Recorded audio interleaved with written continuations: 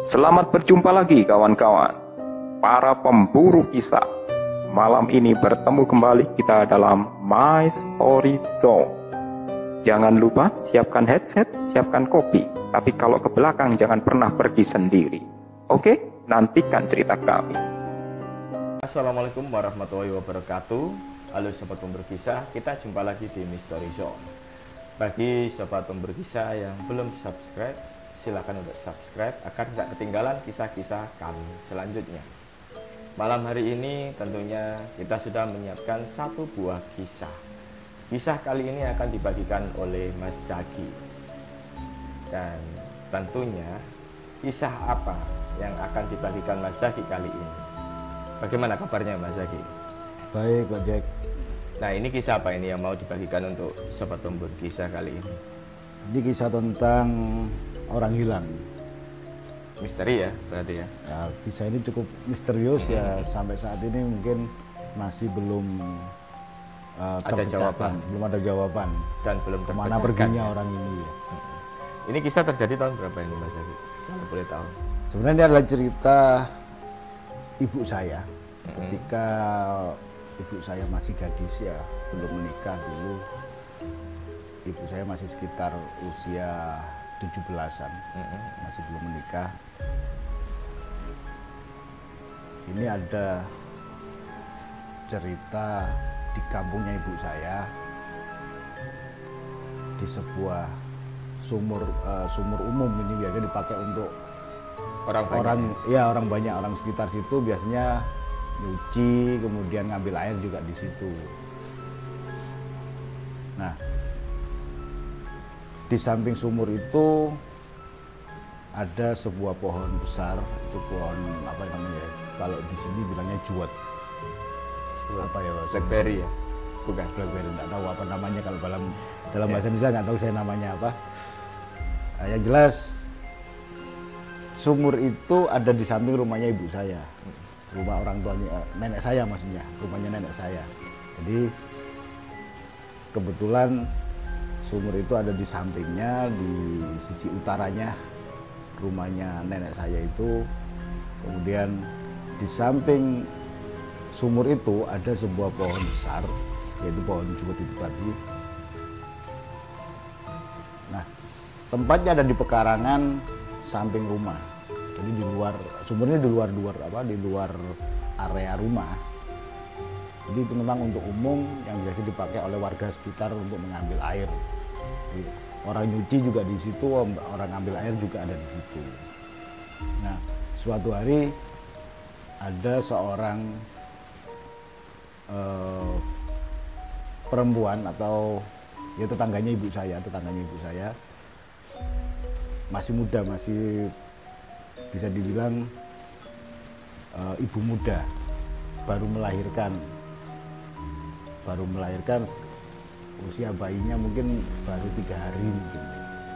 Oh, jadi di tetangganya ibunya Mas Zaki ini ada seorang wanita muda yang baru melahirkan. Ya, baru melahirkan, dan itu belum lama.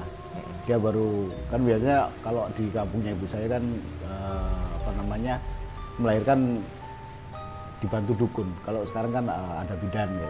Kalau dulu saya pun masih dilahirkan pakai dukun dulu, dengan bantuan dukun bayi maksudnya ya. Nah, kebetulan 3 hari itu dia nyuci popoknya anaknya itu kan di sumur itu. Siang ya, sekitar habis zuhur itu lah, Nah, kebetulan kan luar kan banyak yang istirahat gitu kan. Kampung waktu itu kondisinya cukup sepi, karena kampung saya sebenarnya kampung yang warganya cuma sedikit Pak Jack.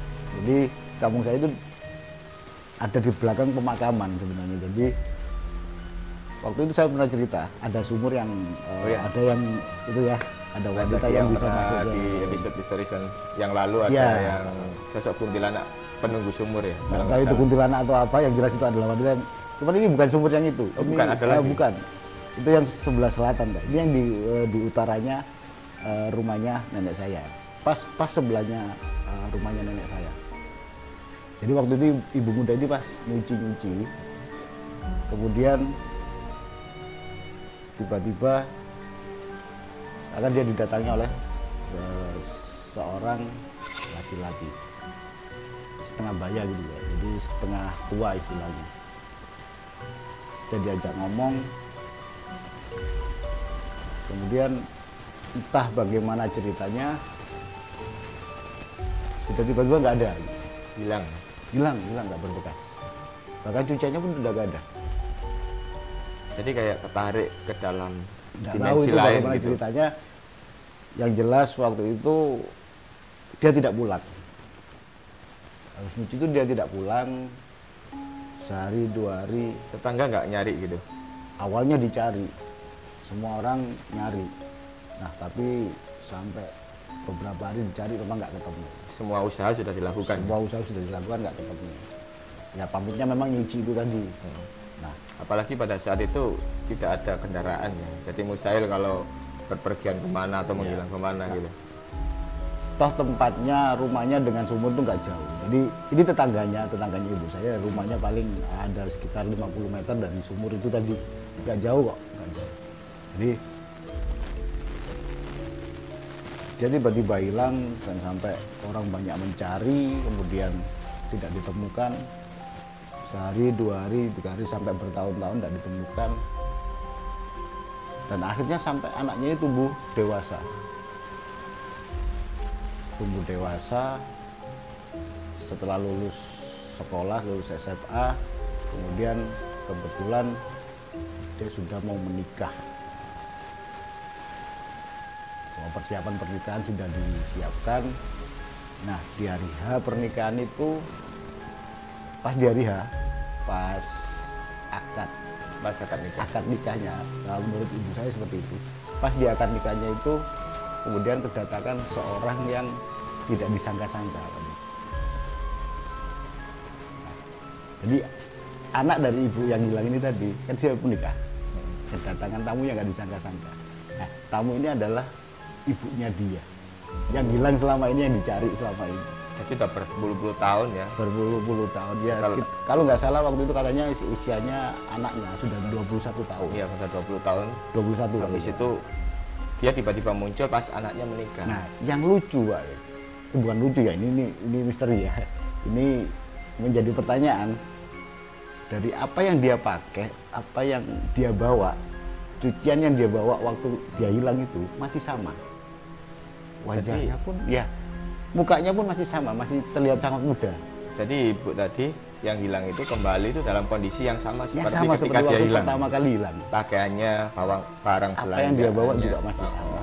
Iya, seperti itu aja. barang bawaannya, terus wajahnya juga masih muda ya. Masih sama. Tapi waktu itu anaknya nggak ini apa? Yang anaknya memang tidak mengenali. Tidak mengenali ya. Tapi kan dia masih punya bapak. Suaminya masih ada waktu itu. Suaminya masih ada. Nah, yang bisa mengenali adalah bapaknya. Begitu kagetnya bapaknya melihat ya istrinya pulang dengan kondisi yang sama waktu dia hilangnya gitu. Nah, kemudian ya berjalannya pesta pernikahan itu, ya acara pernikahan itu tetap berlanjut. Sampai kemudian di benak orang-orang kan bertanya pasti. Ya, pasti rame ya orang Pasti rame, orang kampung pasti rame. Kemana selama ini gitu kan. Nah, kemudian itu kan ibunya itu kemudian bercerita kalau waktu dia nyuci itu dia kedatangan seorang, dia sebenarnya mau nanya orang setengah baya, setengah tua, dia nanya sama ibu yang lagi nyuci itu, nggak tahu nanya apa, kemudian tiba-tiba ya dia nyuci aja, selesai dia pulang, ceritanya gitu. Oh, jadi ibu tadi ketika dalam tanda kutip di luar dimensi kita ya, ini kan ngobrol sama bapak, Sama ya orang setengah bapak baya, ya. Terus dia merasa selesai nyuci terus pulang. Iya. Dia kaget berarti di rumahnya ada Kaget, begitu kagetnya dia ketika pernikahan dia gitu. pulang ada acara pernikahan itu tadi. Otomatis orang kampung pun bingung kan. Orang kampung juga sama-sama bingung. kaget berarti. Sama-sama kaget. Nah, hanya orang-orang pasti nanya kan itu kan. Nah, jawabannya adalah itu dia Ya sekedar bertanya saja, ngomong-ngomong, sekedar ngobrol, tanya.